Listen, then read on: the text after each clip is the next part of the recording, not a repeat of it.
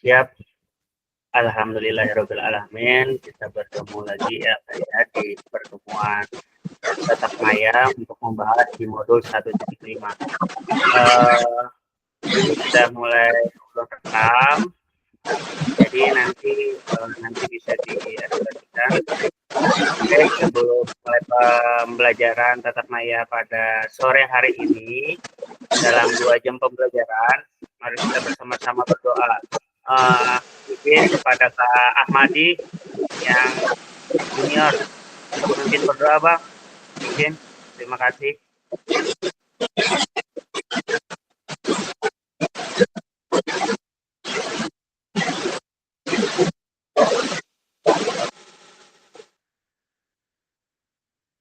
Siap, untuk Bang Ahmadi bisa.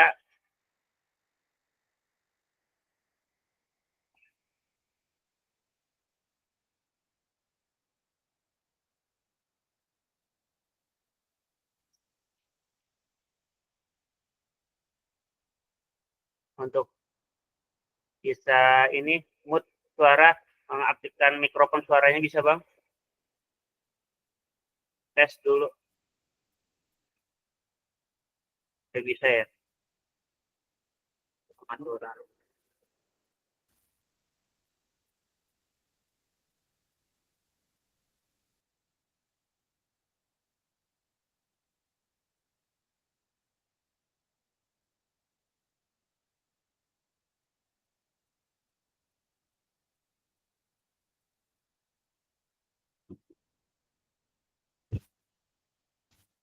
Tes. Ini terdengar nggak ya? Terdengar, Kak. Terdengar, Oke, terdengar. Oh iya, kira belum. Terima kasih Bang. Bang Ahmadi, bisa pimpin berdoa Bang sebentar.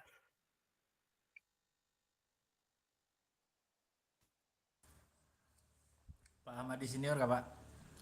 Yang pian aja. Bang Ahmadi senior lagi awaran di Nurjani. Oh, iya. Oh, hari ini ada kegiatan nggak? Nggih, ulun izin pada semua rekan-rekan untuk memimpin berdoa sejenak. Semoga pembelajaran hari ini bisa kita pahami dan kita serap, dan juga nanti kalau sudah selesai kita bisa amalkan. Baik, berdoa dimulai.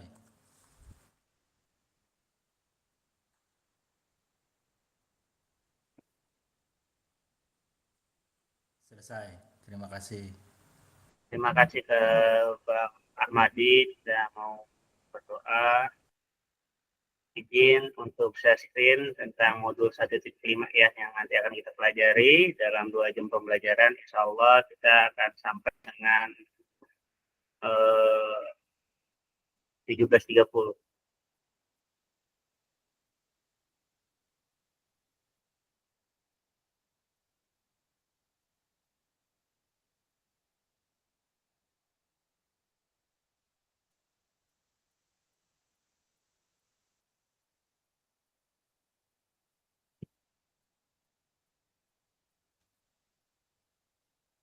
Sudah terlihat modulnya, Kak? Izin. Sudah terlihat, Pak. Oh ya.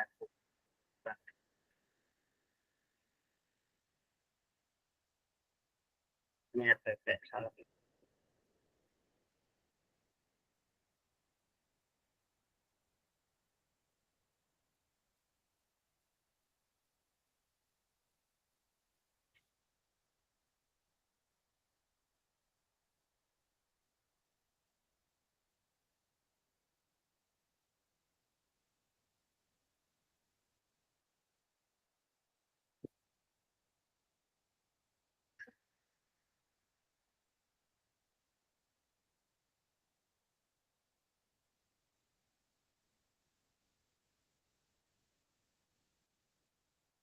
Oke, Assalamualaikum warahmatullahi wabarakatuh.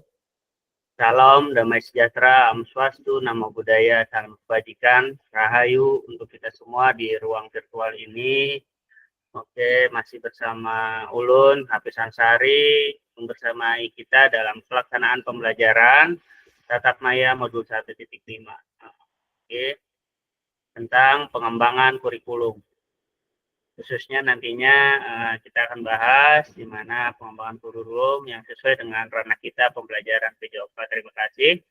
Untuk memulai ini kita sepakati kesepakatan bersama yaitu menyalakan kamera open cam, yang kedua mematikan mikrofon, ketiga hadir seutuhnya, keempat menghargai waktu bersama, kelima memaksimalkan fitur chat, keenam adalah raise hand untuk memulai bertanya, dan yang terakhir adalah gangguan teknis adalah hal yang wajar.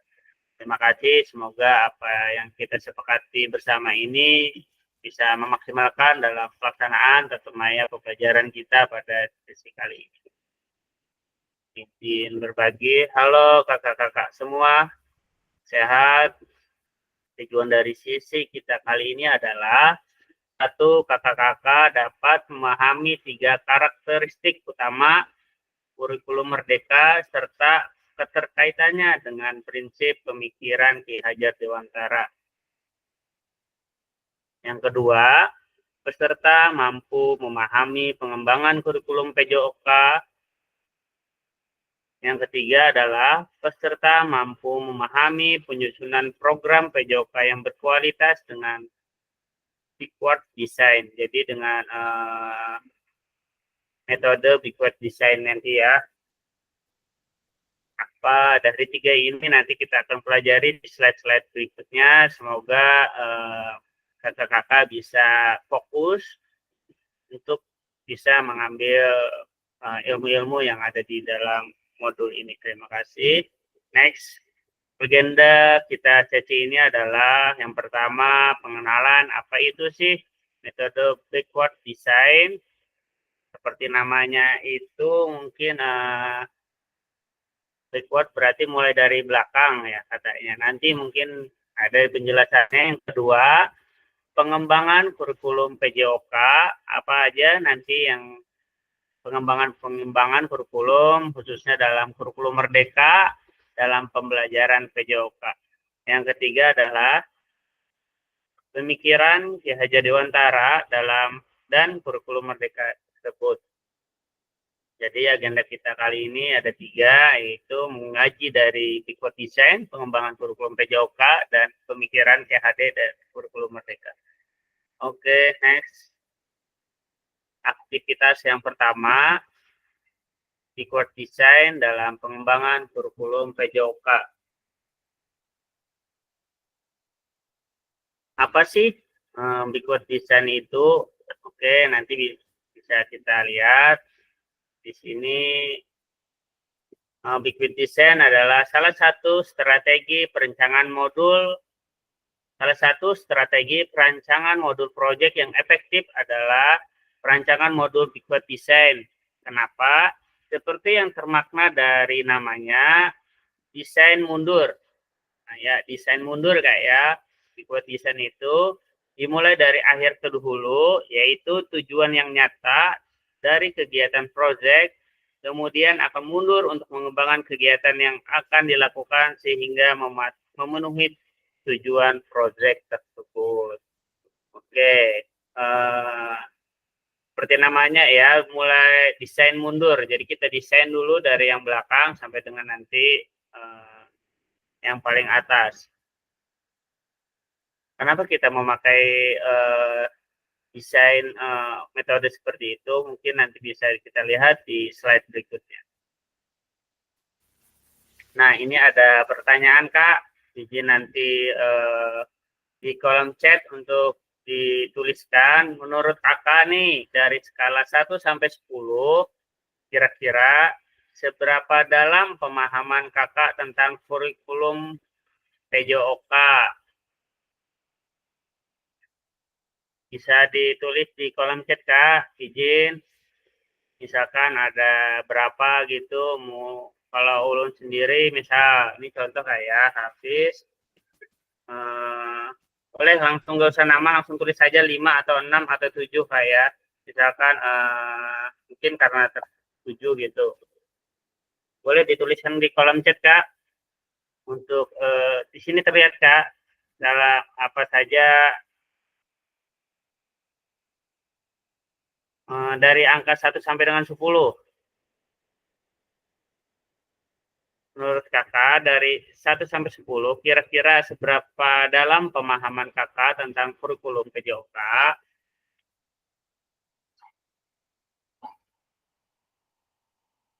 sebagai bahan kak kita? Bisa dituliskan kak, izin?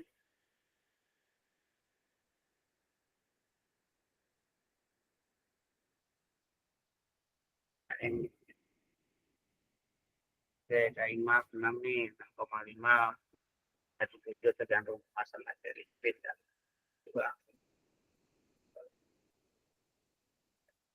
Siap, siap. Terima kasih. Next, kita lanjut ke slide berikutnya.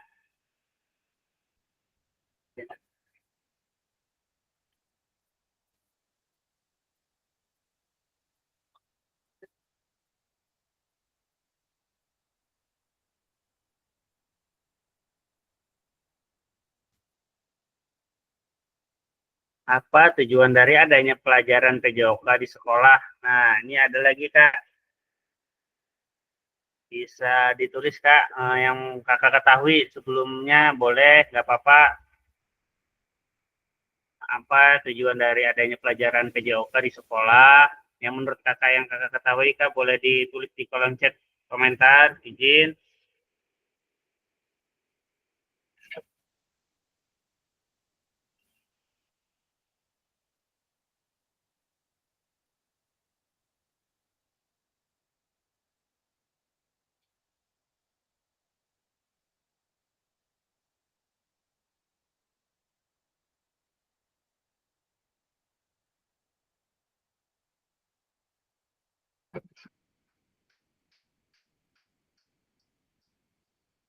Iya, boleh ditulis. Ini terlihat, Kak. Screen ulun. Apa putih Beling aja semuanya? putih, Bay. Gimana Kak Ahmadi? Beling putih. Putih aja, Bay. Putih aja. Kita ulang ya. Oke, di wadah ulun putih juga, Pak. Siap, siap, siap.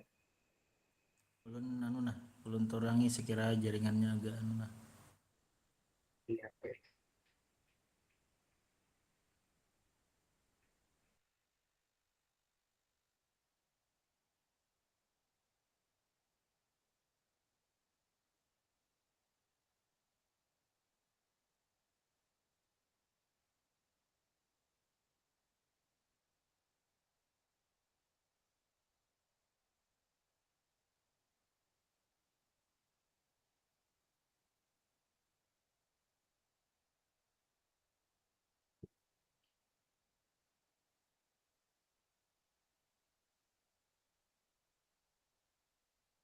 Nah, ya, kelihatan nggak ya? Apa tujuan dari adanya pelajaran PJOK di sekolah, Kak? Boleh berbagi pengalaman atau berbagi pendapat. Iya, sebagai alat untuk sebagai wadah dalam pelaksanaan olahraga yang biasanya.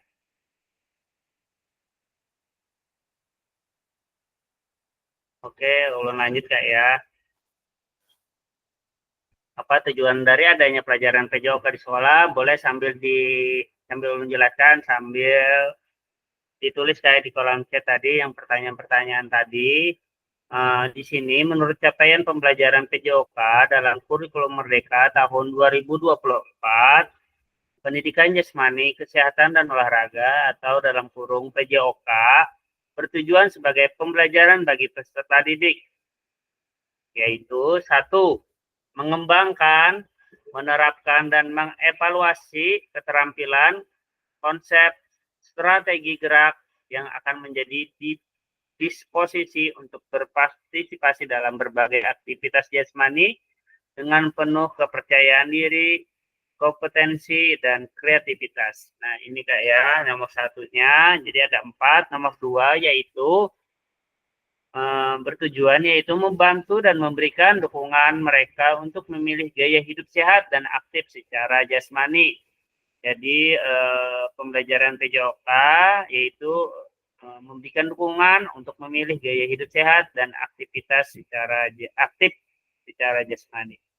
Yang ketiga yaitu membangun dan menerapkan keterampilan sosial dan emosional melalui konteks pembelajaran yang menekankan nilai-nilai fair play, kerja tim, dan eksklusivitas. Nah, jadi membangun dan menerapkan keterampilan sosial dan emosional Kak ya. Setelah itu ada yang keempat yaitu menanamkan apresiasi dan mengembangkan sikap positif untuk aktif secara jasmani sepanjang hayat sebagai upaya peningkatan keseluruhan kualitas hidup. Nah, itu adalah capaian pembelajaran PJOK Kurikulum Merdeka tahun 2024 Kak. Jadi ada yang berikut ini Kak ya.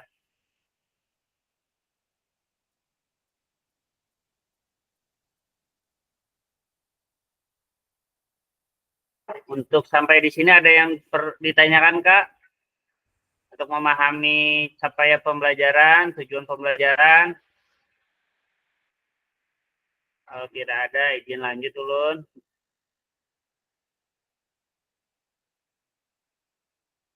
Nah, di sini kita berdiskusi Kak ya. Mari berdiskusi sesuai pertanyaan pada slide berikutnya. Silahkan tulis di kolom chat atau raise hand untuk menyampaikan pendapat kakak-kakak semua. Izin untuk aktif Kak ya. Bersama-sama kita bisa berdiskusi dalam penerapan ini. Terlepas dari kurikulum, apapun atau apakah selama ini kakak sudah memahami dengan baik tujuan mata pelajaran dan menjadikannya sebagai acuan. Nah, terlepas dari kurikulum apapun, baik dari K13, KTSP, dan sebagainya, apakah selama ini kakak sudah memahami dengan baik tujuan mata pelajaran dan menjadikannya sebagai acuan?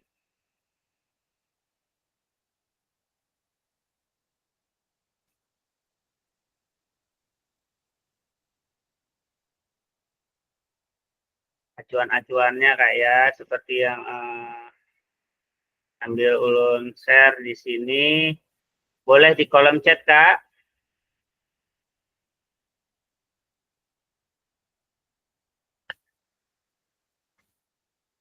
Sambil ulun jelaskan Kak ya. Yang ada di LMS yang PDF.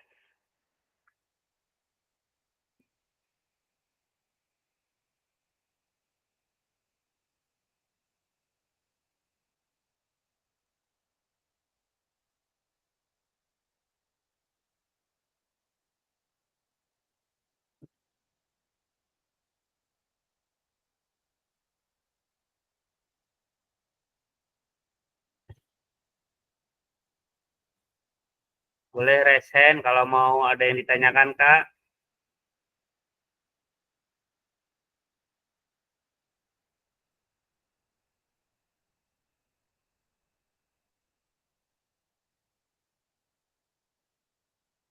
Ini di halaman 45 Kak ya. Big Web Design yang tadi yang kita bahas di awal tadi. Barangkali di antara kita sudah tidak familiar lagi dengan Big Web Design, meskipun istilah itu sudah lama berkembang di studi organisasi dalam pendidikan di Indonesia. Mungkin baru secara ini digunakan beberapa tahun belakangan. Jadi, Big Web Design adalah suatu pendekatan dalam merancang instruksional yang melibatkan perencanaan proses pembelajaran yang dimulai dari identifikasi capaian yang diharapkan dan kemudian merancang langkah-langkah yang dibutuhkan untuk mendapatkan capaian tersebut secara mundur ke belakang. Dalam pengembangan program pembelajaran, Backward Design ini menggunakan metode yang sama, yakni capaian atau tujuan yang diteruskan dengan bergerak ke belakang menentukan penilaian, pengalaman belajar, dan aktivitas untuk mencapai tujuan tersebut. Di sini ada tiga tahap untuk memulai kayak ada yang pertama mengidentifikasi capaian pembelajaran, ada menentukan metode penilaian. Di bisa kakak lihat nanti di sini juga ada merencanakan pengalaman belajar. Nah, terlepas dari kurikulum apapun, apakah selama ini kakak sudah memahami dengan baik tujuan mata pelajaran untuk menjadikannya sebagai acuan?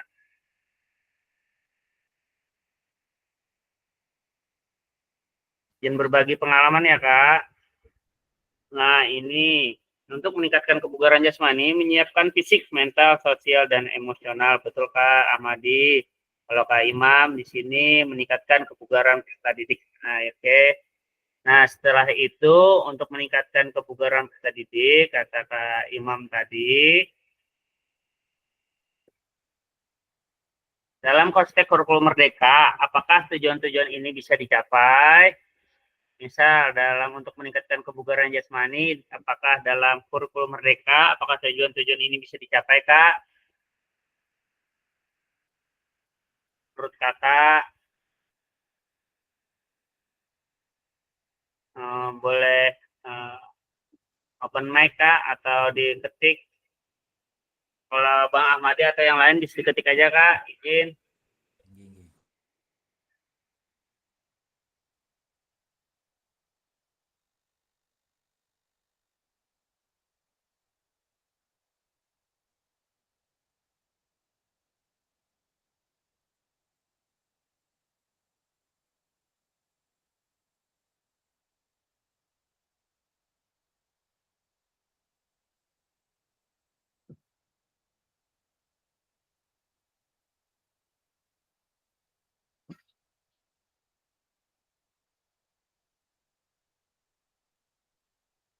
Ya, betul. Kata Kak Ahmadi bisa, Kak. Karena sudah berpusat pada peserta didik atau berdiferensiasi. Ya, dengan cara berdiferensiasi ini, capaian yang ingin diinginkan untuk meningkatkan kebugaran, kalau bisa kita capai kayak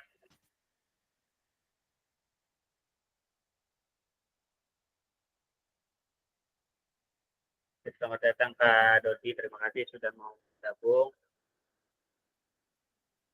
Siap Kak Endik, jadi perjalanan Kak. Ya, hati-hati Kak. Lanjut, terima kasih sudah mau ikut ke ruang Zoom.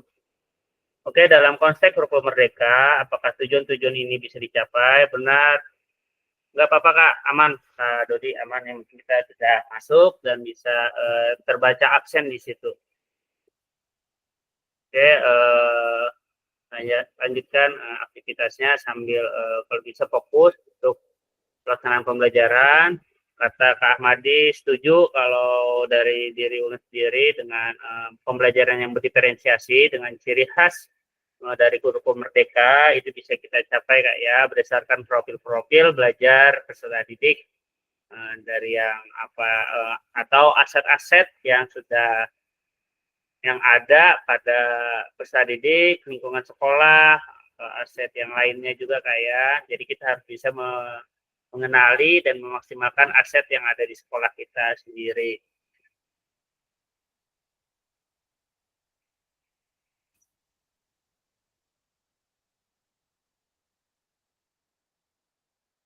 Memahami tujuan umum penting sebagai acuan untuk memahami muara akhir pembelajaran.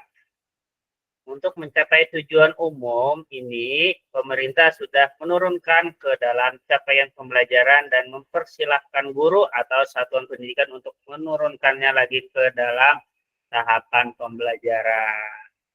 Nah, jadi pemerintah dalam adanya capaian pembelajaran sudah mempersilahkan guru atau satuan pendidikan untuk menurunkannya lagi ke dalam tahap TP atau tahap pembelajaran. Next, bagaimana memastikan agar pengajaran yang kita lakukan benar-benar menyasar ke tujuan pembelajaran? Karena seringkali pengajaran langsung fokus pada materi atau aktivitas yang harus dilakukan oleh murid. Oke, bisa berbagi pengalaman Kak tentang bagaimana cara kakak-kakak memastikan agar pekerjaan yang kita lakukan benar-benar menyasar ke tujuan pembelajaran, karena seringkali pengajaran langsung fokus pada materi atau aktivitas apa yang harus dilakukan murid. Jadi tanpa kita sadari berdasarkan pengalaman yang ada apa yang kita ajarkan ke murid kita tidak jelaskan dari tujuan pembelajaran yang akan kita laksanakan. Langsung ke materi aja, hari ini materinya adalah sepak bola. Nah, apa misalkan tujuannya misalkan lempar tangkap bola. Misalkan tujuan pembelajarannya dari lempar tangkap bola, permainan bola besar atau bagaimana, langsung ke cabangan, bisa juga kayak habis itu kita lupa ke materi juga langsung ke lapangan, boleh kita ke lapangan tapi kita penjelasan dulu materi-materi apa yang atau pengembangan materi yang akan kita ajarkan juga kayak, karena kita di sini pembelajaran PJOK adalah pembelajaran yang menyeluruh, yang dimana di situ ada penilaian sikap, pengetahuan dan keterampilan kayak. Setelah itu bagaimana memastikan agar pengajaran yang kita lakukan benar-benar menyasar ke tujuan pembelajaran. Jadi tentu saja kita membuat modul ajar juga kayak, dengan modul ajar tersebut sebagai acuan pembelajaran yang akan kita laksanakan. Jadi kita biasakan sebelum mengajar, kita lihat dulu modul ajar yang akan kita laksanakan. Atau kalau RPP, rancangan pembelajaran yang kita akan laksanakan juga kayak, dan kita jelaskan juga kepada peserta didik agar mereka tetap mengetahui dari akhir dari tujuan pembelajaran tersebut.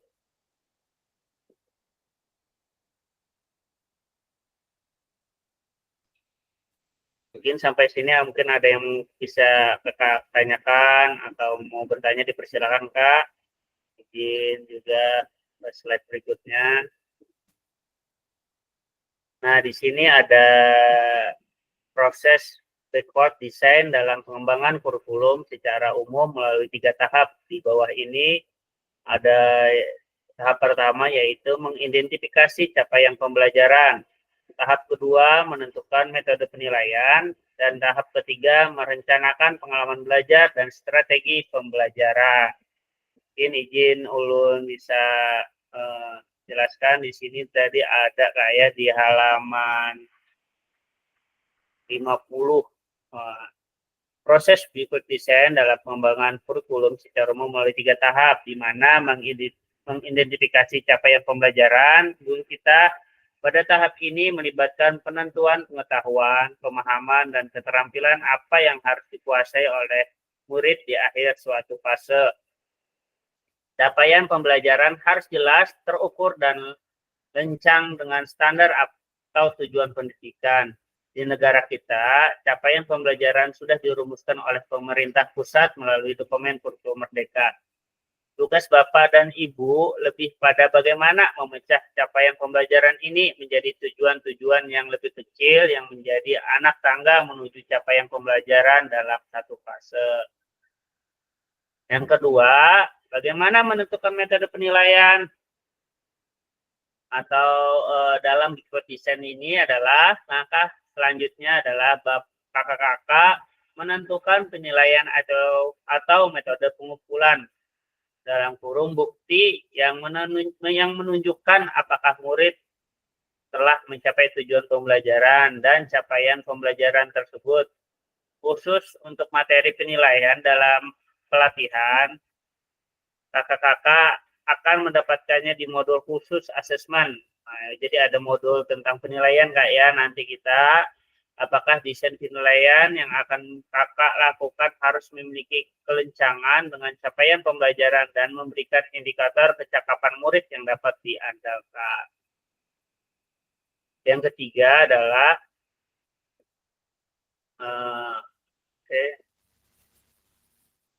yang ketiga, merencanakan pengalaman belajar dan strategi pembelajaran. Pada tahap terakhir, kakak-kakak akan merencanakan metode mengajar, apa yang paling disukai, konten apa yang menjadi minat peserta didik atau murid, dan bagaimana aktivitas ditentukan untuk memfasilitasi keterlibatan dalam pembelajaran mereka. Peserta kakak akan dituntut untuk memfokuskan pada rancangan sekuen instruksi yang sejalan dengan logis untuk membawa mereka ke arah capaian yang diharapkan.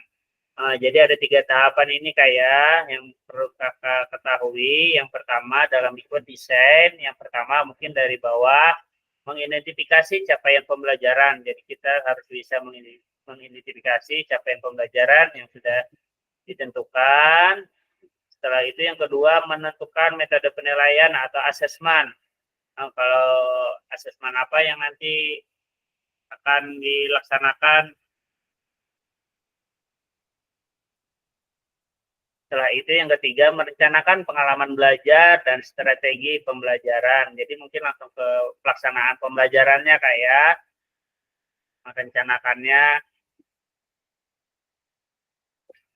Next, pesan kunci dari Bigwave Design merupakan proses sistematis yang memastikan kesesuaian kurikulum dengan capaian pembelajaran yang diinginkan. Bigwave Design juga pada akhirnya membantu guru menyelaraskan antara tujuan, langkah pembelajaran, dan penilaiannya. Jadi 3 ranah ini sangat penting nggak ya? Yang antara tujuannya, langkah pembelajaran, dan penilaiannya.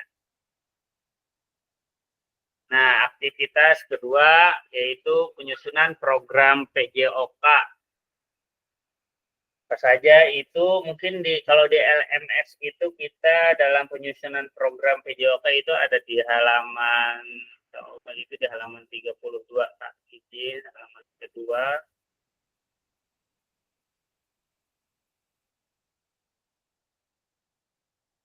Nah,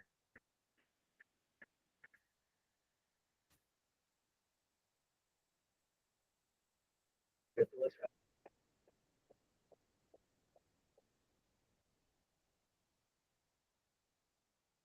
katakan timbang 10.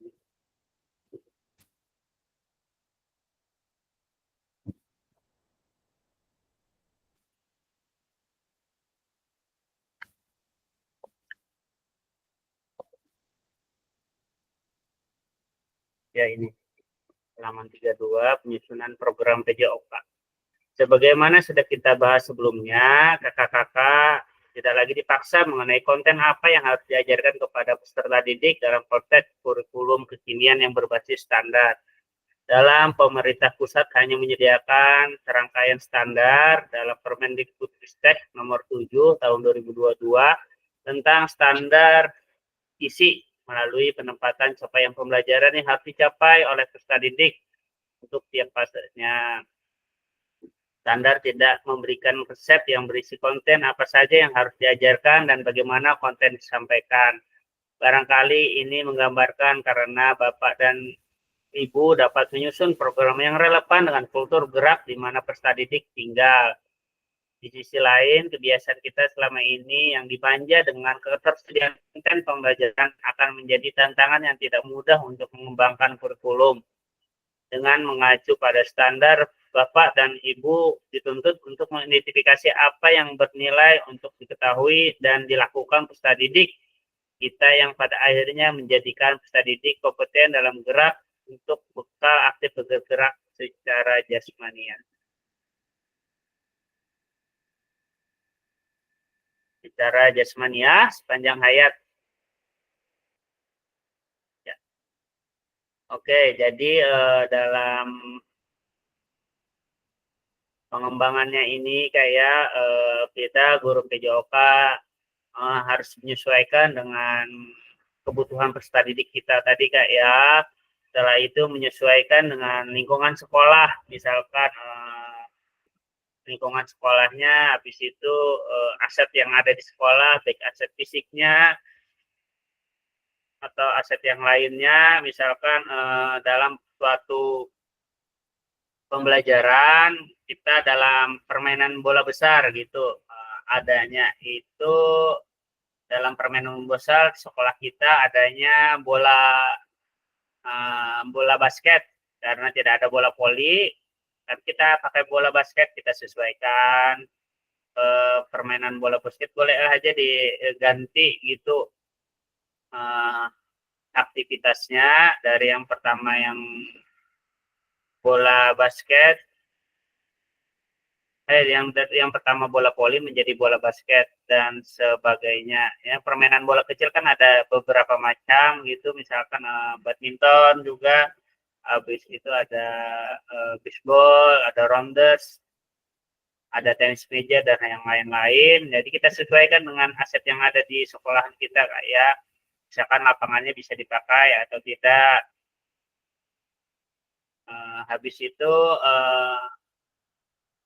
Habis itu kita kuatkan juga aset lingkungan juga yang ada kita lihat aset lingkungannya menyesuaikan atau tidak dalam permainan ini, bisa kita tingkatkan dalam suatu pembelajaran tersebut. Yang penting kita harus melihat capaian pembelajaran yang harus kita capai, Kak ya. Mungkin sampai di situ boleh. Kalau Kakak mau resen bertanya, next. Nah, di sini ada kurikulum berbasis standar, manakah yang benar definisi di bawah ini. Kurikulum merupakan perangkat aktivitas untuk menguasai keterampilan. Oke, di sini tentu saja salah Kak ya pendapat tentang ini, yang dimana pendapatnya kurikulum merupakan seperangkat aktivitas untuk menguasai keterampilan. Setelah itu, buku tes peserta didik dapat dikatakan adalah suatu kurikulum, tentu saja salah.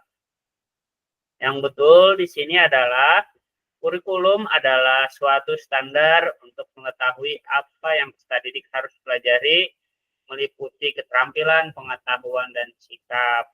Nah, ini kayak jadi suatu standar untuk mengetahui apa yang peserta didik harus pelajari, meliputi keterampilan, pengetahuan, dan sikapnya.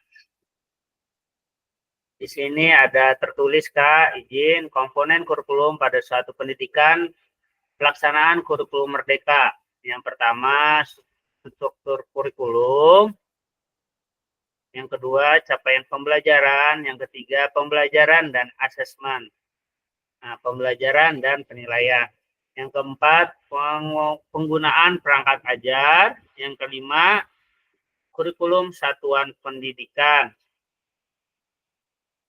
Di mana di sini bisa Kakak lihat komponen kurikulum satuan pendidikan dikembangkan dan digunakan di satuan pendidikan terdiri dari karakteristik satuan pendidikan, visi, misi, dan tujuan satuan pendidikan, pengorganisasian pembelajaran, dan perencanaan pembelajaran. Sumber Menteri Pendidikan, Kebudayaan, dan Riset Teknologi Republik Indonesia 2022. Nah, kurikulum satuan pendidikan di sini juga dijelaskan kurikulum satuan pendidikan, komponen kurikulum satuan pendidikan yang dikembangkan dan digunakan di satuan pendidikan terdiri atas karakteristik satuan pendidikan, visi, misi, dan tujuan satuan pendidikan, pengorganisasian seperti ini kayak pembelajaran dan ya.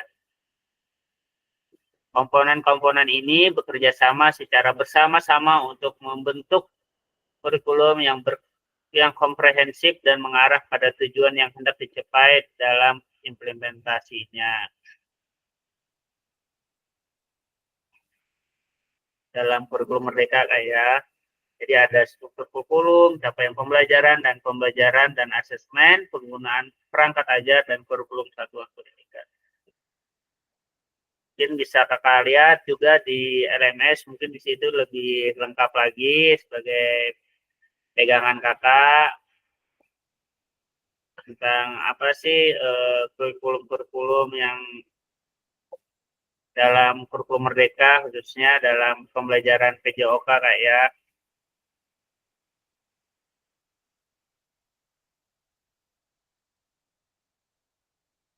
Ini juga ada terlihat berbasis standar dan aset.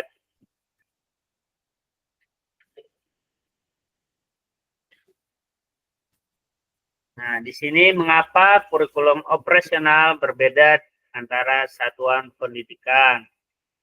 Agar bermakna, kurikulum operasional satuan pendidikan dikembangkan sesuai dengan konteks dan kebutuhan peserta didik dalam satuan pendidikannya.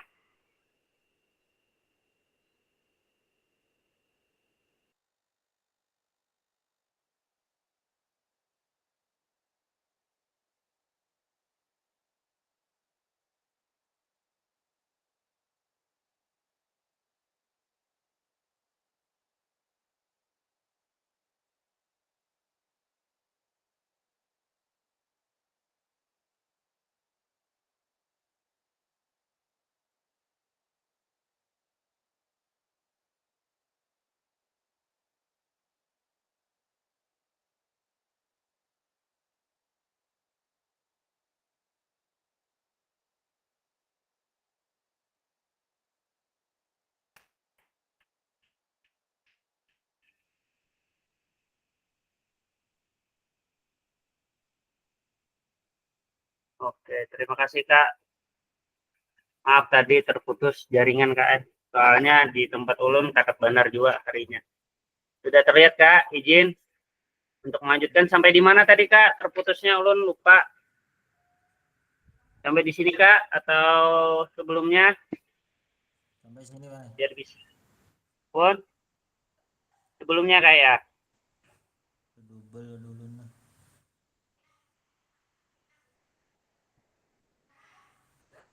Sampai aktivitas 2 Kak.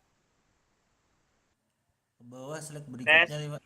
Slide berikutnya. Pun di slide berikutnya. Ini sudah dilewati belum? Sudah tadi itu Pak, aktivitas 2 tuh. Sudah ya. Oke. Slide Yang kedua. berarti kita masuk ke yang sini Kak. Di sini. Ini tadi sebenarnya pian lewati Bang sudah nah. Di sini sudah. Ini sudah tadi mau Oh berarti baru-baru aja ya Kak ya keluarnya ya. Siap. Izin lanjut Kak untuk menjelaskan. Siap. Terima kasih. Mengapa kurikulum operasional berbeda antar satuan pendidikan? Tentu saja berbeda kayak daerah pesisir dan daerah kota tentu saja mempunyai karakteristik yang berbeda-beda. Jadi agar bermakna, kurikulum operasional dan satuan pendidikan dikembangkan sesuai dengan konteks dan kebutuhan peserta didik dan satuan pendidikannya. Ini bisa menjadi kabar gembira untuk Bapak dan Ibu guru semua dapat menyusun program yang relevan dengan kultur gerak di mana peserta didik tinggal. Nah, ini Kak ya, jadi kita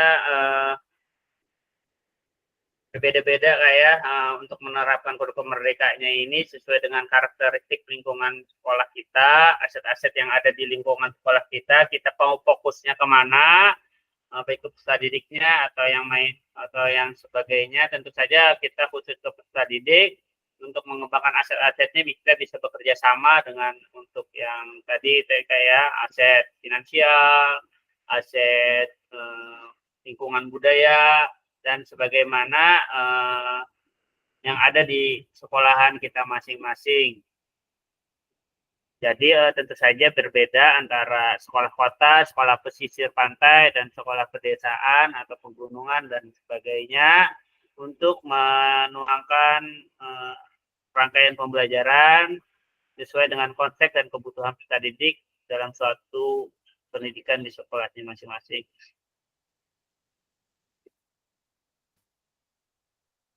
Nah, di sini kita mari berbagi cerita pada saat Bapak Ibu menyusun kurikulum PJOK. Izinkah untuk wilayah Barito Kuala sudah menerapkan, sebagian sudah menerapkan kurikulum merdeka kayak? Di tempat izin Kak menyampaikan di tempat ulun itu kelas 1, kelas 4, kelas 5 dan kelas 2. Untuk di Dapodiknya kelas 3 dan kelas 6 itu masih kurikulum ke-13 karena kami terlambat kemarin Mas. Terlambat karena berubah. Masih kemarin tipenya tuh belajar berubah, apalagi 3 macam kemarin, jadi kami itu terlambat. Jadi kami itu 36 di dalam Dapodik itu masih kurikulum 13, Mas. 13 bagian Kak ya, sama berarti sama untuk wilayah Kabupaten Banjar, tidak semua kelas yang sudah menerapkan kurikulum merdeka. Jadi sebagian kita sambil beradaptasi, sambil mengenal-kenal sedikit apa sih kurikulum merdeka dan bagaimana menyusun kurikulum tersebut dalam ranah pembelajaran PJOK. Tentu saja di sini kita kata kuncinya berdasarkan karakteristik atau kebutuhan peserta didik Kak ya. Habis itu berdasarkan aset-aset yang ada, fleksibel aja, fleksibel dalam penerapannya. Tentu saja kita melihat aset-aset yang ada dalam peserta didik berdasarkan minat dan bakat peserta didik tersebut Kak ya. Yang penting tetap aktif dalam bergerak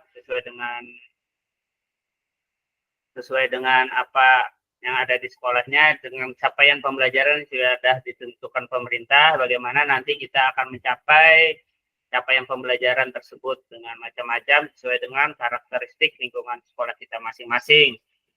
Ada yang mau berbagi cerita Kak untuk yang sudah menyusun kurikulum PJOK?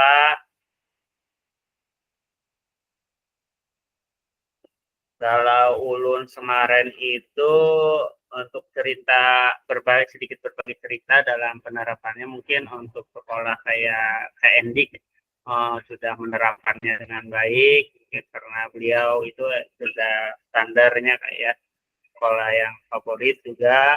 Kalau kita sedang-sedang aja, tapi dalam penyusunannya kita lihat juga capaian pembelajarannya tadi juga kayak habis itu bagaimana nanti kita melihat tentu saja bagaimana penilaiannya dari asesmen, apa saja yang menjadi acuan kita, yang menjadi penilaian kita. Setelah itu bagaimana nanti kita merangkai pembelajaran yang akan kita laksanakan di lapangan. Jadi apakah nanti dengan misalkan itu kebugaran, misalkan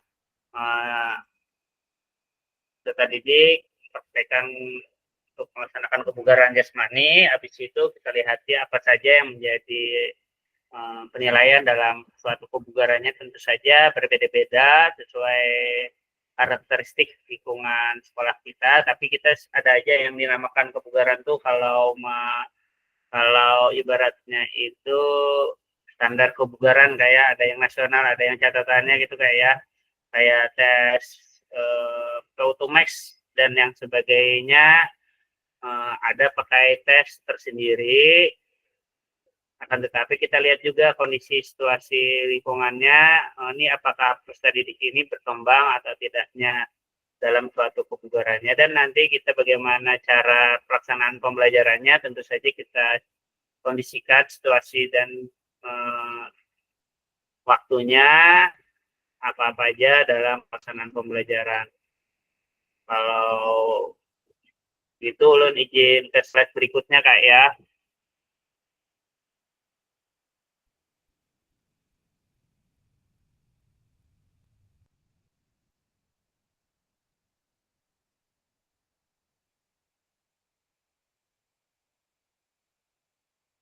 Nah, di sini mungkin ada pertanyaan Kak. Izin, bagaimana kakak-kakak selama ini merancang program PJOK sebagai bagian dari pengembangan kurikulum mata pembelajaran PJOK? Jadi, bagaimana nih kakak-kakak selama ini merancang program PJOK sebagai bagian dari pengembangan kurikulum mata pelajaran PJOK? Ini ada kata-kata ya, boleh di kolom chat Kak, ditulis Kak. Apa saja yang selama ini kakak ketahui atau kakak anggap menjadi suatu yang bernilai untuk dipelajari murid di kelas PJOK? Setelah itu ada 3 soal, bagaimana kakak untuk mengintegrasikan itu semua ke dalam proses pengembangan kurikulum mata pelajaran yang sekarang berlaku. Nah, ini contohnya Kak ya, 6 faktor yang mempengaruhi pengembangan program PJOK, ada konteks masyarakat, waktu, kebutuhan dan karakteristik peserta didik, alokasi jam pelajaran, cakupan dan tahapan, dan terakhir yang keenam teknologi. Kita kembali ke yang soal nomor pertama tadi. Bagaimana kakak selama ini merancang program PJOK sebagai bagian dari pengembangan kurikulum ada PJOK. Nah, jadi kita misalkan selama ini kita merancang program PJOK berdasarkan jadwal waktu pelaksanaan pembelajaran, berdasarkan misalkan contohnya kayak berdasarkan karakteristik peserta didik tadi, kayak berdasarkan karakteristik didik peserta murid tadi. Setelah itu berdasarkan mungkin ruang lingkup sekolah, lingkungan tadi kan mempengaruhi juga kayak boleh dituliskan di kolom chat atau bisa di raise hand untuk bisa bercerita Kak untuk bagaimana kakak selama ini merancang program PJOK sebagai bagian dari pengembangan kurikulum mata pelajaran. Tentu saja kan dengan melihat capaian pembelajaran yang sudah ditentukan tadi. Habis itu kita lihat juga asesmen bagaimana kita merancang penilaiannya. Itu nanti kita lihat bagaimana cara penerapannya juga tadi. Boleh di kolom chat Kak diaktifkan untuk berbagi sebagai bagian dari pengembangan kurikulum mata pelajaran PJOK.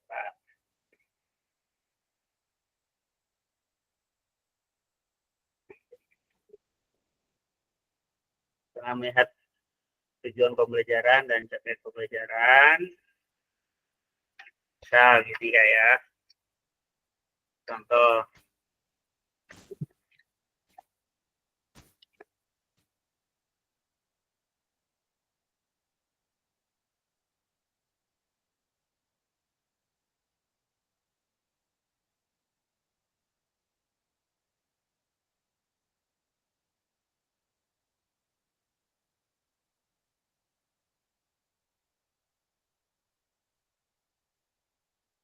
boleh diaktifkan kolom chatnya sebagian bagi yang bisa memberikan pandangannya untuk atau menceritakan bagaimana kakak selama ini merancang program PJOK sebagai bagian dari pengembangan kurikulum mata pelajaran PJOK dengan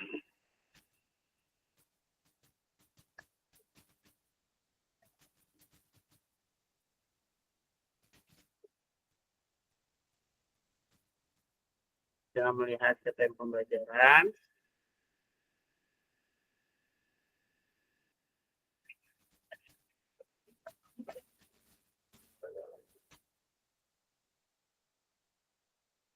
Untuk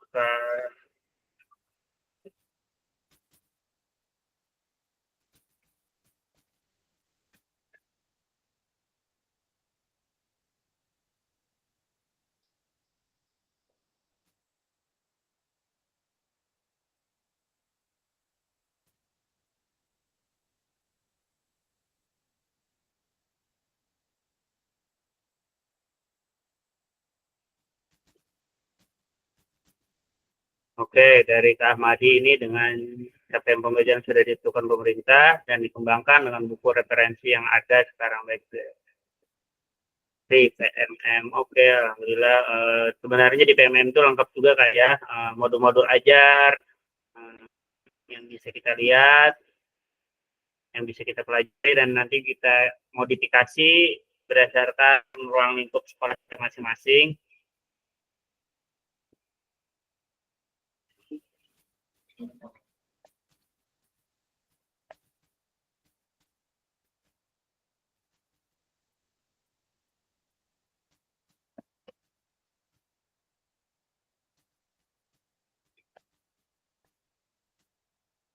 Saya sebagai referensi dengan capaian pembelajaran untuk asesmen yang digunakan dan melihat karakteristik peserta didik dan lingkungan sekolah kita kayak untuk menerapkan pembelajarannya. Jadi kita akan melihat karakteristiknya, habis itu dan lingkungan sekolah, aset-aset yang ada yang bisa kita kembangkan bersama-sama. Oke, lanjut ke slide berikutnya. Mungkin ada soal nomor 2, Kak.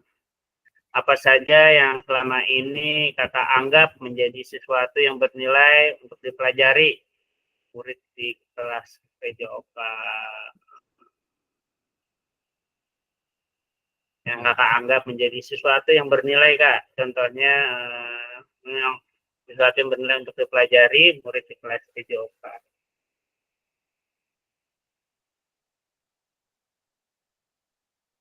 Nah, tentu saja dalam ciri khas pembelajaran PJOK itu sesuatu yang bernilai itu misalkan mempunyai jiwa semangat yang tinggi, sportivitas, jiwa pantang menyerah, juga kan kita tanamkan berkolaborasi juga, mandiri dan sebagainya kan ya, berdasarkan profil pelajar Pancasila. Kalau untuk sekarang ini, tapi kita ranahkan ke pembelajaran PJOK bertanggung jawab. Contoh-contohnya kayak ya nilainya bertanggung jawab, mandiri, kreatif, sportivitas, punyai semangat yang tinggi. Nah, seperti itu misalkan. Boleh di kolom chat Kak ditulis. Wah, ini ada terlihat lagi nih share screen-nya. Stop share dulu.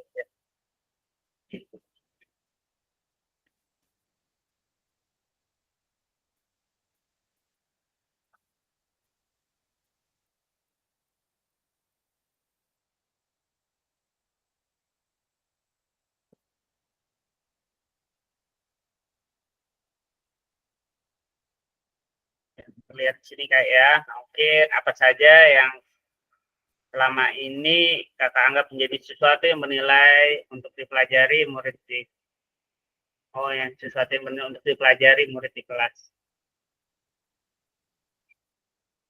dalam PJOK. Mungkin penerapannya pembelajaran panjang hayat dalam konsep misalkan untuk mencari nilai kebugaran jasmani, bisa juga Kak ya. Bercara berlari, cara melempar, menangkap, gerak dasar fundamental tadi bisa juga gerak dasar lokomotor, non-lokomotor, dan manipulatif tadi juga bisa sebagai bahan sesuatu yang bernilai. Bagaimana mereka bisa melakukan gerak dasar yang baik dari berpindah tempat, tidak berpindah tempat dengan cara geraknya, gerak tubuh yang baik. Setelah itu bagaimana menggunakan benda dari gerak dasar manipulatifnya itu, baik dari misalkan melempar, menangkap, dan menggiring dan sebagainya. Nah, kita membiasakan gerak tubuh, tentu saja ciri khas kita dalam pelaksanaan PJOK itu pembelajaran melalui gerak ya. Pembelajaran melalui gerak, walaupun dalam konteks penilaiannya ada sikap, pengetahuan, dan keterampilannya. Jadi mungkin kalau di pembelajaran lain itu ada sikap dan pengetahuan. Kalau di pembelajaran PJOK dengan ciri khasnya ada keterampilan juga. Nah, di situ di keterampilan tersebut menjadi sesuatu yang bernilai untuk dipelajari murid di kelas. Jadi misalkan baik dari 3 aspek gerak tadi yang lokomotor, non-lokomotor, dan manipulatif, dan nanti bisa juga dari cabangan, kita kolaborasi ke cabangan olahraga, misalkan permainan bola basket, permainan bola besar, permainan bola kecil, bela diri juga, untuk menanamkan suatu nilai yang kalau di Kurung Merdeka ini namanya profil pelajar Pancasila Kak. Yang di situ ada mandiri, kreatif, bertanggung jawab, sportivitas dan sebagainya Kak ya. Mungkin bisa dipahami. Nanti bisa aja Kakak buka lagi di LMS, di PDF-nya sudah ulang share di grup. Oke, kita ke pertanyaan berikutnya. Ada sesi kurang lebih 30 menit lagi kita. Di sini bagaimana kakak-kakak semua mengintegrasikan itu semua ke dalam proses pengembangan kurikulum mata pelajaran PJOK yang sekarang berlaku. Nah, tentu saja dengan menerapkan pembelajarannya tadi Kak ya, dengan mencoba terus kita refleksi juga apa yang sudah kita lakukan tersebut. Setelah itu dengan menuangkannya dalam modul ajar, tentu saja kita tulis di modul ajar dari capaian pembelajarannya tadi, asesmen juga penilaian-penilaiannya, tekniknya tadi, habis itu tahapan-tahapan pembelajarannya kita tulis di modul ajar. Setelah itu kita terapkan di lapangan Kak ya. Next, 6 faktor yang mempengaruhi perkembangan program PJOK. Di sini ada 6 faktor. Yang pertama yaitu kebutuhan dan karakteristik peserta didik. Jadi ini sangat mempengaruhi Kak ya dalam pengembangan program PJOK tersebut. Karena setiap peserta didik kebutuhan dan karakteristiknya berbeda-beda. Yang kedua, di situ ada konteks masyarakat. Nah, tentu saja konteks masyarakat tersebut bisa mempengaruhi dalam program pengembangan program PJOK. Karena apa? Kita sebagai pendidik, sebagai yang ada di sekolah, tentu saja harus bisa beradaptasi dan bisa menyesuaikan ke lingkungan masyarakat. Jadi apa saja masyarakat tersebut yang aktif juga sukanya di mana, potensi-potensi atau aset-aset di masyarakat itu apa saja. Setelah itu kita kolaborasikan dengan lingkungan sekolah. Kalau biasanya kalau kada sesuai dengan kebiasaan masyarakat, suatu sekolah tersebut pembelajarannya mungkin akan dinilai masyarakat tersebut ya. Misalkan mendampingi dulu itu biasanya misalkan ada yang namanya jalan santai yang biasa kita lakukan berdasarkan pengalaman ulun.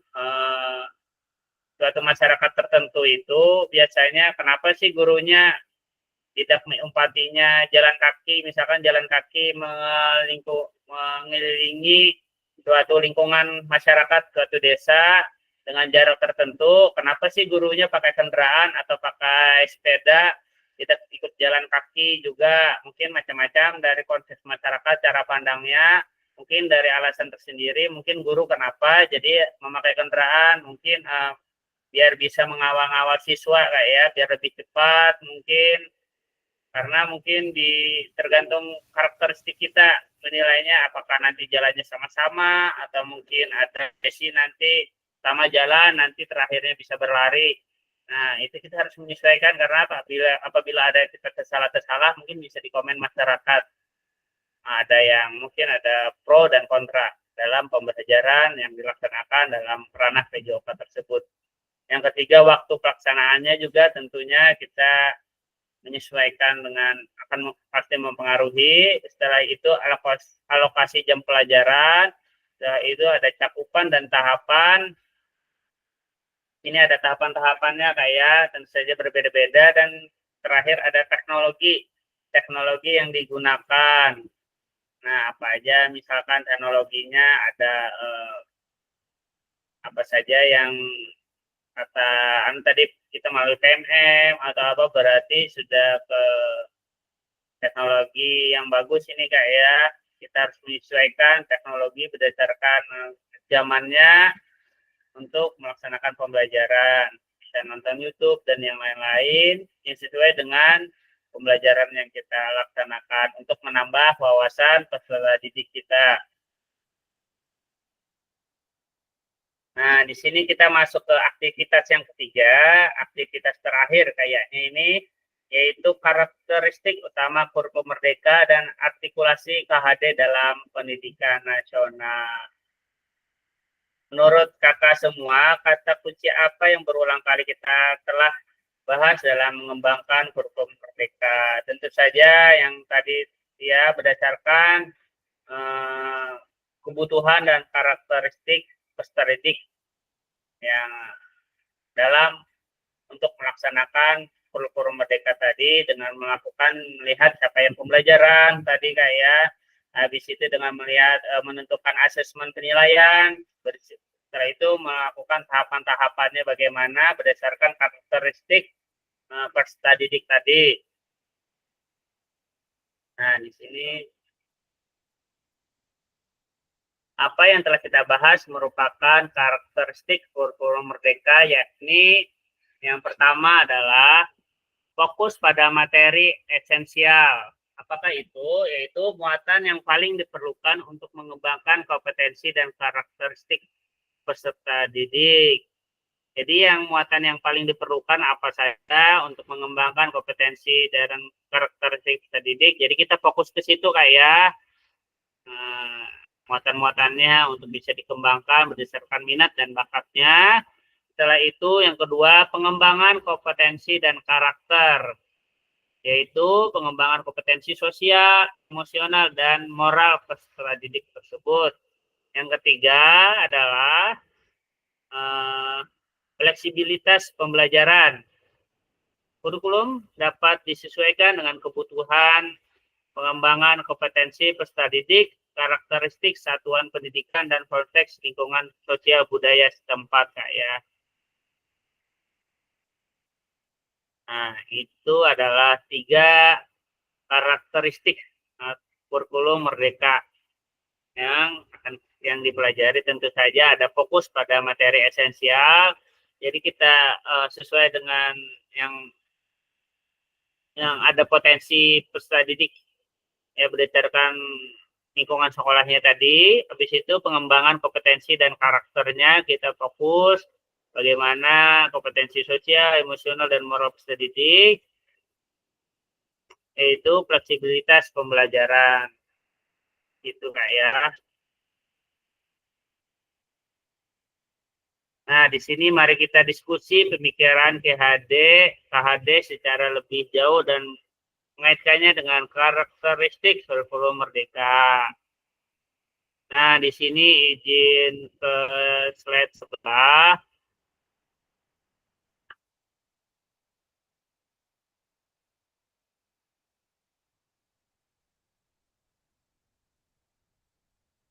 Untuk menjelaskan pemikiran KHD, Ki Hajar Dewantara, Bapak Pendidikan.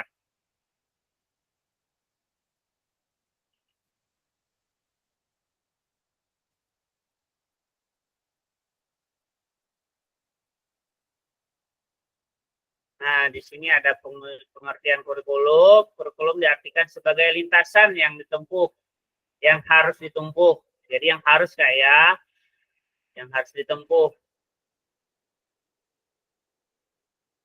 Di sini bisa Kakak lihat juga di filenya pada kajian akademik kurikulum dalam tahun 2021, hal yang perlu dilakukan pendidik yakni pengembangan kerangka dasar dan struktur kurikulum yang dirancang di tingkat nasional ke dalam kurikulum tingkat satuan pendidikan untuk sampai pada perubahan proses pembelajaran di level peserta didik mencapai tujuan pendidikan nasional. Jadi sesuai dengan capaian untuk mencapai tujuan pendidikan nasional tadi itu Pak ya. Nah, di sini juga ada penjelasannya.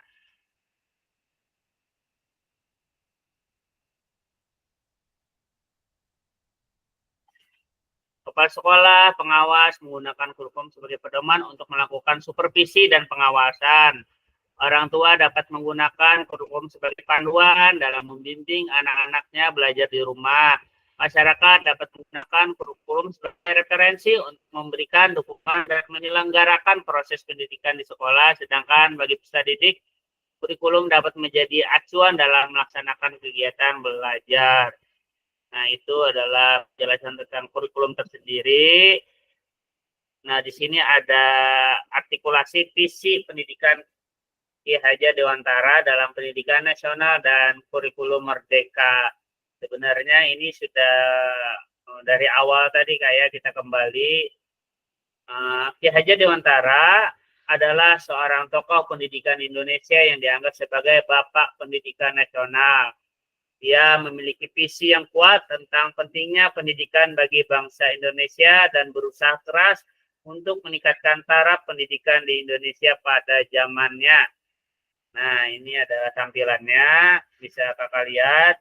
Dan visi Ki Hajar Pendidikan Ki Hajar Dewantara ini di UAS dalam modul 1.1 program pendidikan guru penggerak, yaitu refleksi filosofis pendidikan nasional. Nah, mungkin di sini kita akan mempelajari juga di sini Bapak, Ibu, Guru PJOK Pendidikan Nasional Indonesia telah mengalami perkembangan yang signifikan sejak zaman kolonial hingga era modern sekarang. Di tengah dinamika ini, pemikiran KHD menjadi pilar penting untuk menyusun nasional yang inklusif dan progresif.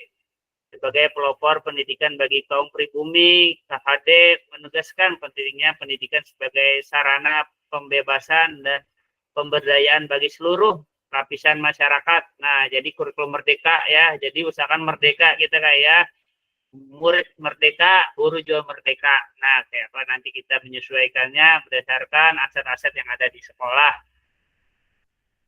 Visinya tentang pendidikan bukan sekedar transfer pengetahuan, tetapi juga pembentukan karakter dan kesadaran kritis yang berakar pada penilaian tetapi juga pembentukan karakter dan kesadaran kritis yang berakar pada nilai-nilai kebangsaan dan kemanusiaan. Nah, jadi kita harus bisa memanusiakan manusia dalam menentukan menjalankan suatu pendidikan. Dan KHD menggarisbawahi bahwa maksud pendidikan adalah di sini yaitu menentukan segala kodrat yang ada pada anak-anak agar mereka dapat mencapai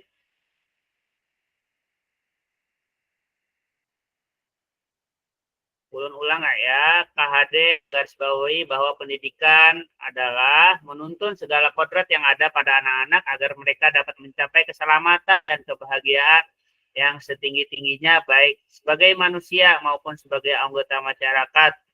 Oleh sebab itu, pendidik itu hanya dapat menuntun tumbuh atau hidupnya kekuatan kodrat yang ada pada anak-anak agar dapat memperbaiki lakunya bukan dasarnya hidup dan tumbuhnya kekuatan kodrat pada anak. Nah, di sini ada kunci pendidik guru itu hanya dapat menuntun tumbuh ya, menuntun atau membersamai menuntun tumbuh dan hidupnya kekuatan kodrat. Kekuatan kodrat itu potensi bakat yang dimaksudnya ya kayak yang pada anak-anak. Nah, jadi kita itu membersamai atau menuntunnya saja kayak berdasarkan minat dan bakat peserta didik tersebut. Nah, setelah itu kita masuk ke bagaimana pemikiran KHD telah membentuk landasan bagi pengembangan sistem pendidikan nasional. Pemikiran tersebut kemudian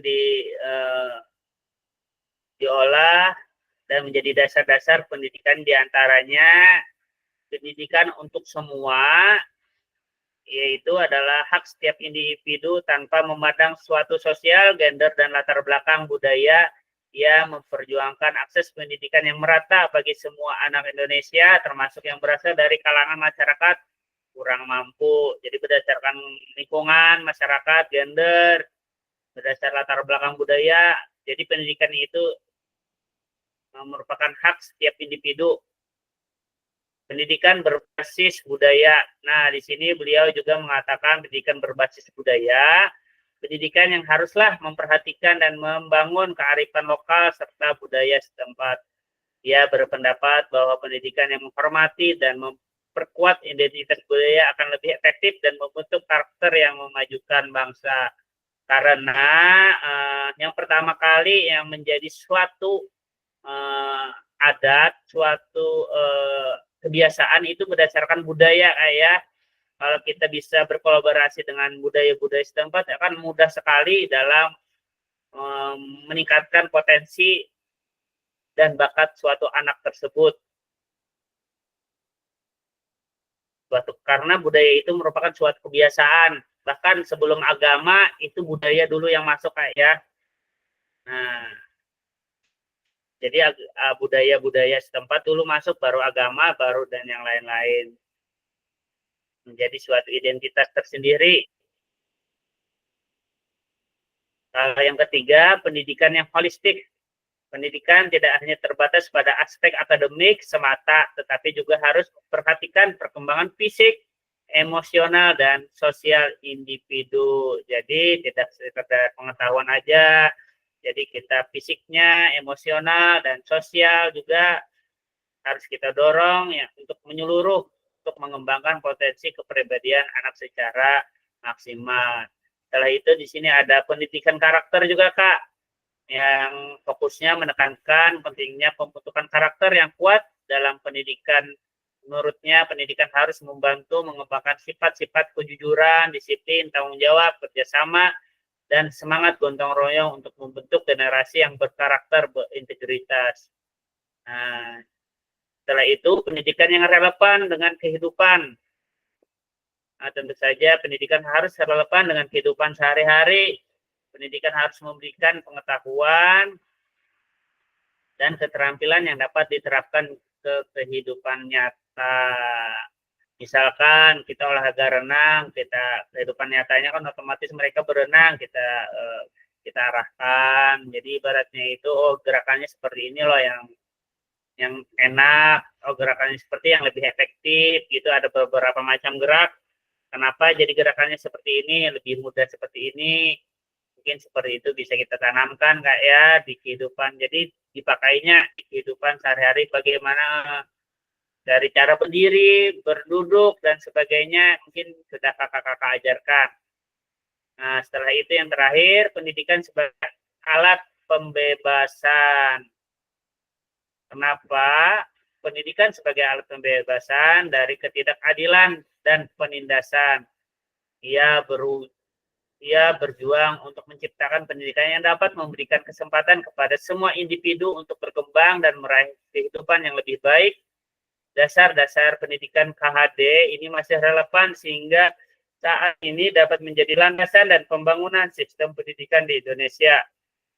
Kontribusi dan pemikirannya dalam bidang pendidikan telah memberikan pengaruh yang sangat besar dan mengembangkan dalam pengembangan pendidikan di Indonesia. Nah, di sini ada kata-kata dalam kurikulum Merdeka, setiap anak adalah bintang yang berkilau. Setiap murid memiliki potensi unik yang perlu diungkap dan ditemukan melalui pendekatan pendidikan yang inklusif dan terarah. Jadi setiap anak itu mempunyai seperti bintang yang berkilau kayak sebenarnya setiap murid memiliki potensi yang unik yang perlu diungkap. Jadi kita lihat potensi-potensinya untuk bisa kita temukan melalui pendidikan yang inklusif dan terarah. Inklusif yang beraneka ragam dengan berindividu, misalnya dengan yang secara khusus dan terarah. Ini ada juga di bagian C, prinsip pembelajaran kurikulum Merdeka. Nah, next kita kembali ke slide. Mungkin itu sudah sedikit panjangnya Kak ya. Mungkin ada yang mau Kakak tanyakan, izin, boleh raise hand dan sebagainya. Nah, di sini belum bisa didik mengeksplor kemampuannya. Ya. Oke. Izin ke slide berikutnya, Kak. Nah, di sini Ki Hajar menggarisbawahi bahwa maksud pendidikan adalah menuntun segala kodrat yang pada anak-anak agar mereka dapat mencapai keselamatan dan kebahagiaan yang setinggi-tingginya, baik sebagai manusia maupun sebagai anggota masyarakat. Oleh sebab itu, pendidik itu hanya dapat menuntun tumbuh atau hidupnya kekuatan kodrat yang pada anak-anak agar dapat memperbaiki lakunya hidup dan tumbuh kekuatan kodrat pada anaknya. Kenapa Ki Hajar mungkin kurikulum Merdeka itu mungkin ada mereka fokus untuk mencapai keselamatan dan kebahagiaan yang setinggi-tingginya bagi sebagai manusia kayak mungkin dengan pembelajaran yang menyenangkan itu akan lebih bermakna atau lebih mereka dapat mendapat suatu ilmu yang baru untuk menangkap suatu pembelajaran dengan pembelajaran yang lebih menyenangkan, Kak. Karena dengan yang pernah ulun ketahui, kalau suatu anak-anak tuh dibentak atau dengan suatu yang keras, itu mereka malah bingung atau apa gitu, Kak ya. Mereka agak susah menerima pembelajaran karena mereka karena takut hukuman dan sebagainya. Jadi bukan dari kesadaran diri, bukan dari dalam dirinya untuk menerima suatu pembelajaran itu. Kalau sudah masuk ke dalam mereka sudah senang dalam suatu pembelajaran, ibaratnya itu berdasarkan dalam dirinya, bukan karena hadiah, bukan karena rasa takut, tapi dengan kesadaran dirinya. Mereka sudah sadar akan pentingnya pembelajaran PJOK. Nah, mereka akan lebih mudah menerima suatu pembelajaran tersebut. Begitu juga dengan kebiasaan-kebiasaan kita kayak dalam suatu menentukan kebijakan. Kalau kita embel-embeli dengan suatu hukuman, mereka tidak ikhlas. Mereka dengan masih masuk dalam tidak ikhlas untuk menuruti, jadi mencari celah-celah khusus, menjadi bukan suatu kebiasaan yang baik untuk diri mereka sendiri. Karena apa? Karena hanya sebatas takut akan hukuman saja. Jadi kalau di luar konteks tersebut, mereka boleh aja melanggarnya. Itu bukan dari kesadaran dirinya. Mungkin seperti itu yang ulun maksud, Kak. Pada akhir sesi ini, nah ini mungkin masih ada waktu kayak kurang lebih 10 menit.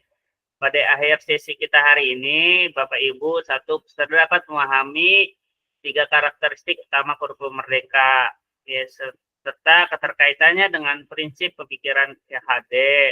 2, peserta mampu memahami pengembangan kurikulum PJOK, serta memahami penyusunan program PJOK yang berkualitas dengan liquid design. Nah, sampai akhir ini mungkin ada yang kakak tanyakan atau kakak diskusikan tentang pemikiran KHD ini, Kak. Nggak apa-apa, Kak. Kita di akhir sesi juga ini masih, kalau kakak mau boleh atau berbagi pengalaman, Kak.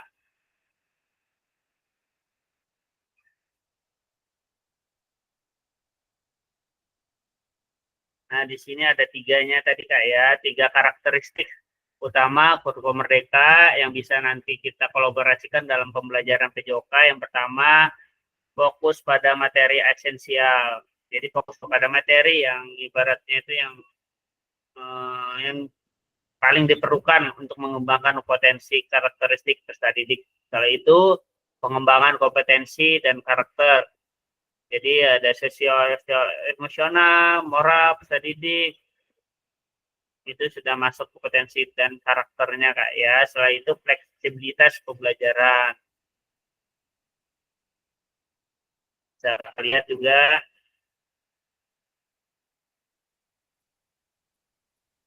cakupan kegiatan, pelaksanaan pembelajaran, asesmen kurikulum Merdeka. Nah, di sini ada asesmen, Kak ya. Apa itu prinsip-prinsip asesmen dalam implementasi kurikulum Merdeka? Bisa ada kita lihat. Ini ada perencanaan pembelajaran juga.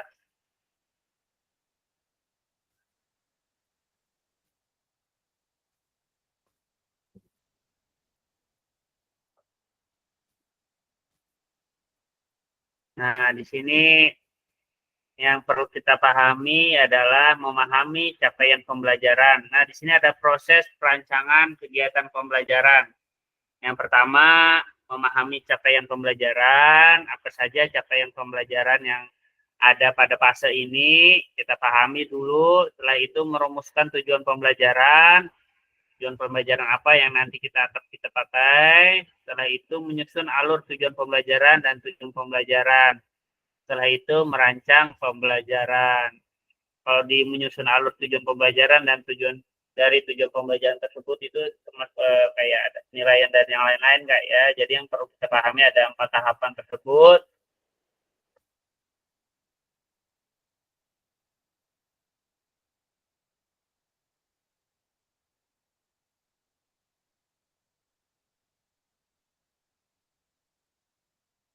Oke, kalau tidak ada pertanyaan, Kak Ahmadi boleh Kak?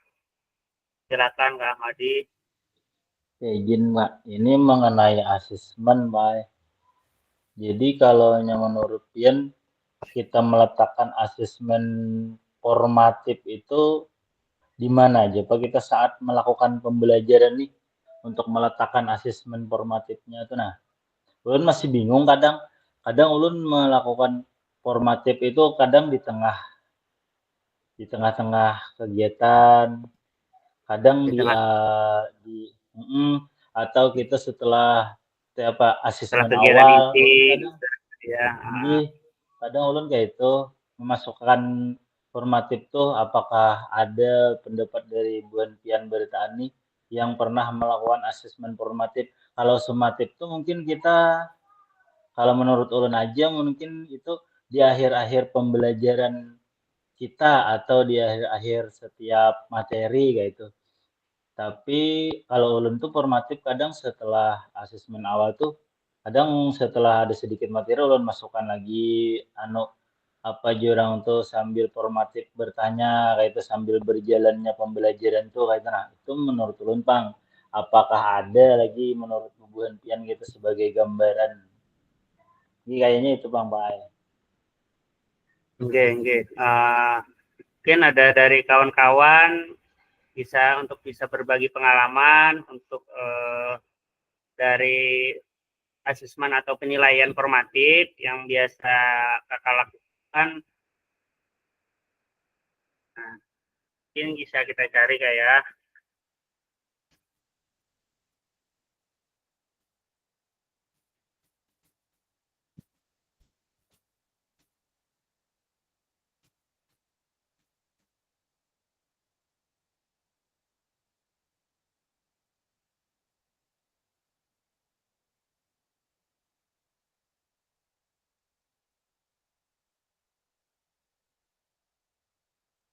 ya, kalau tidak ada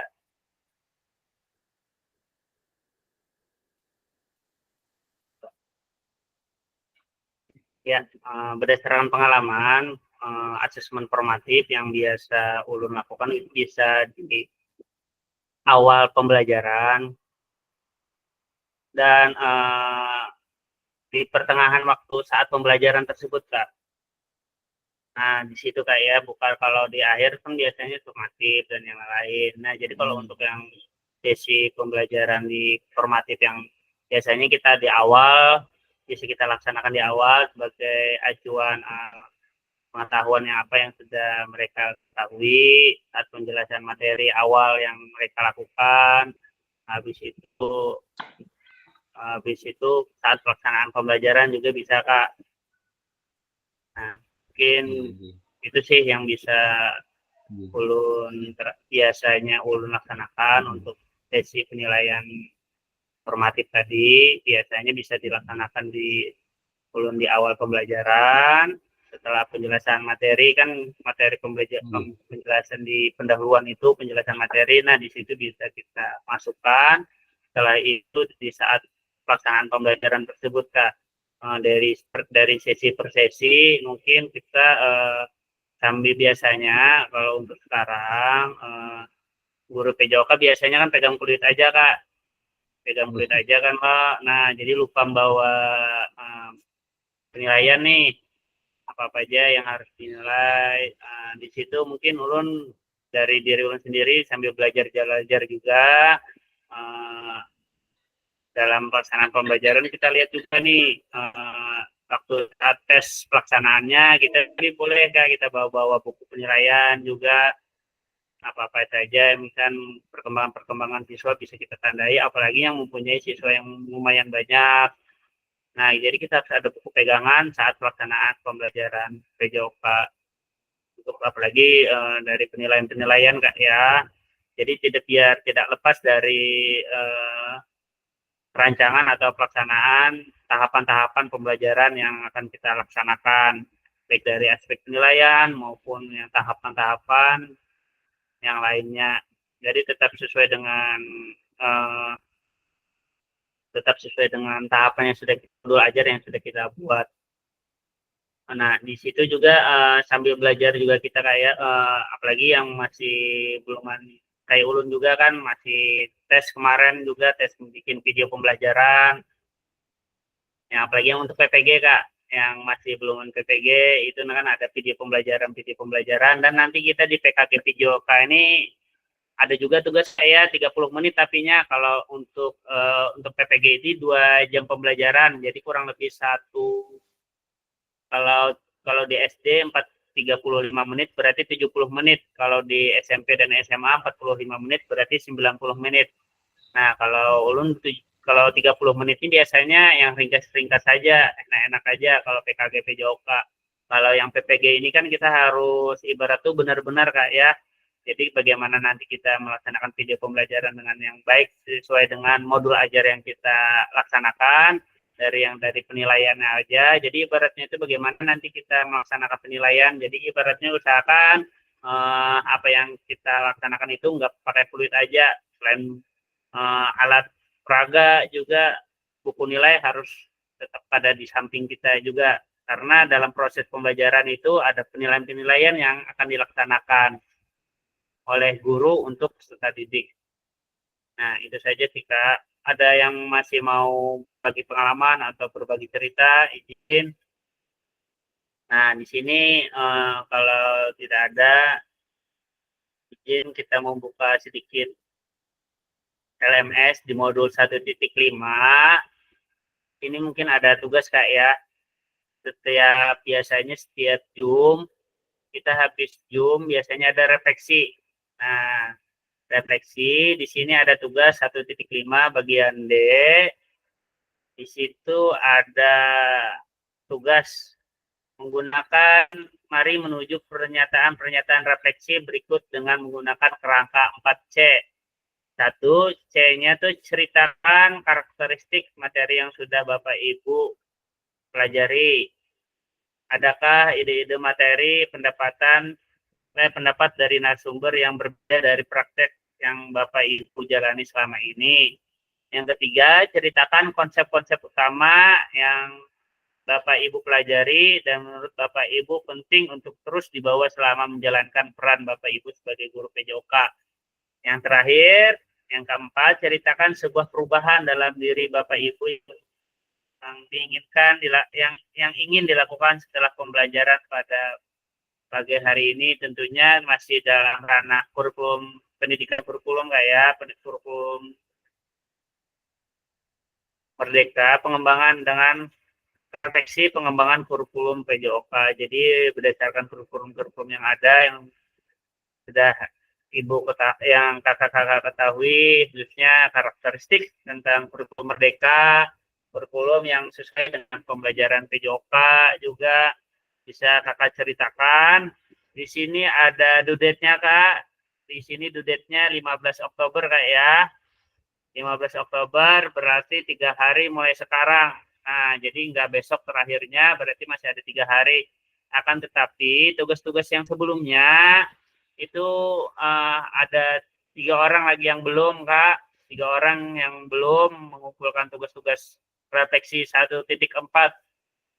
Nah, boleh aja mulai sekarang dikerjakan untuk diisi tugas-tugasnya. Kalau ibaratnya itu kebingungan untuk contoh tugasnya, boleh aja chat pribadi ulun. Ibaratnya 1x24 jam chat aja kalau lagi ada sibuk ulun balas. Nah, kalau ulun cariakan contohnya atau apanya bisa nanti pian adaptasikan, ya sesuaikan dengan karakteristik atau pendapat-pendapat bagian pian langsung. Jadi usahakan insya Allah kalau tugas ibaratnya itu karena di sini ini karena pakai sistem kan ya, karena di sini ini sistem baik dari yang Zoom yang kita lakukan sekarang, sistemnya itu absennya itu sistem yang absennya bukan dari diri ulun. Kalau kayak dari diri ulun sendiri yang absennya insya Allah turun seberataan karena kita bertujuh aja, jadi ibaratnya itu sistemnya karena yang membaca. Nah, sedikit banyaknya kalau lagi ada kesibukan boleh aja, yang penting tetap mengikuti kayak. Setelah itu nah dari yang penilaian di sini juga itu sistem yang menilai. Kalau ulun ini mungkin dari kadar 1 sampai 100-nya aja insya Allah yang terbaik aja. Akan tetapi apabila tugas yang penting semua tugas itu terisi, Kak. Semua tugas terisi, misalkan nilainya 100 tapi ada 3 tugas yang ada terisi, otomatis kan kurang, Kak ya. Jadi usahakan setiap tugas itu sedikit banyaknya usahakan diisi aja sesuai dengan kemampuan kakak-kakak, baik dari waktunya, mungkin dari pendapatnya boleh aja disesuaikan dengan karakteristik kakak, sekolah kakak-kakak.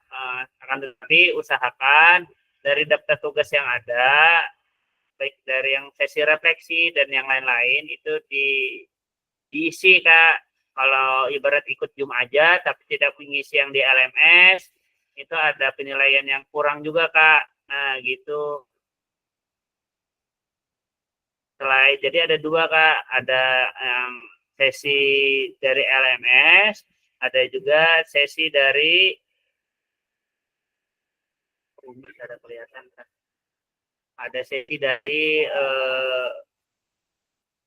yang dari LMS, ada dari Zoom. Siap, Kak Dodi, terima kasih kita sudah selesai juga, Kak ya. Mungkin ada sedikit mau bercerita boleh, atau sebelum kita tutup ini tugasnya insya Allah kita duduknya hari tanggal 15. Kalau bisa tugas-tugas yang lain diselesaikan juga, Kak ya. Bila yang agak kurang boleh aja dibuka.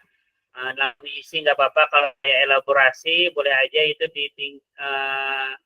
diselang-selingi, bila tidak sibuk diisi. Kalau yang tugas itu yang penting, nggak ya, kayak kita biasa juga kalau ada tugas-tugas itu yang penting. Nah, itu aja sih, Kak. Oke, sebelum ulun akhiri, Pak Ahmadi boleh tutup berdoa, Kak? Ulun nggak, Pak? Ya, silakan, Kak. Baik, izin rekan-rekan semuanya. Sebelum mengakhiri, Pak Indik, izin Pak Indik.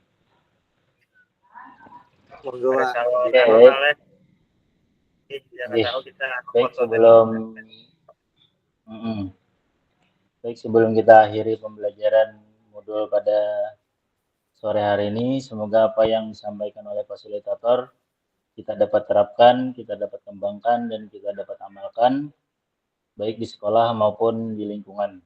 Baik, sebelum mengakhiri, kita berdoa sama-sama. Berdoa dipersilakan.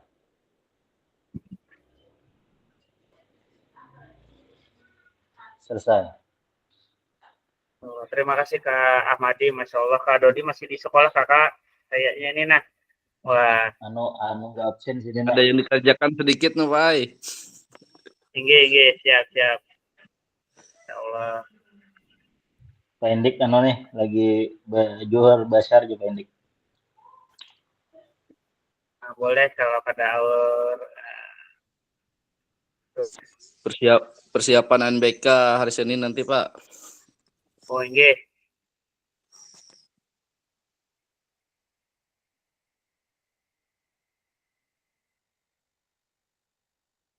Oke, terima kasih, Kak ya.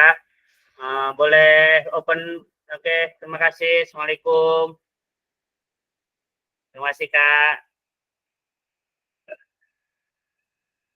Selamat malam minggu. Selamat malam minggu. Panas, mati lampu. Oh iya. Privat mati lampu. Izin stop. Berarti Pak Padudila hari Senin ready dah indikayala. Inggih hari Senin, Pak. Inggih. Bapak fasilitator kapan ya?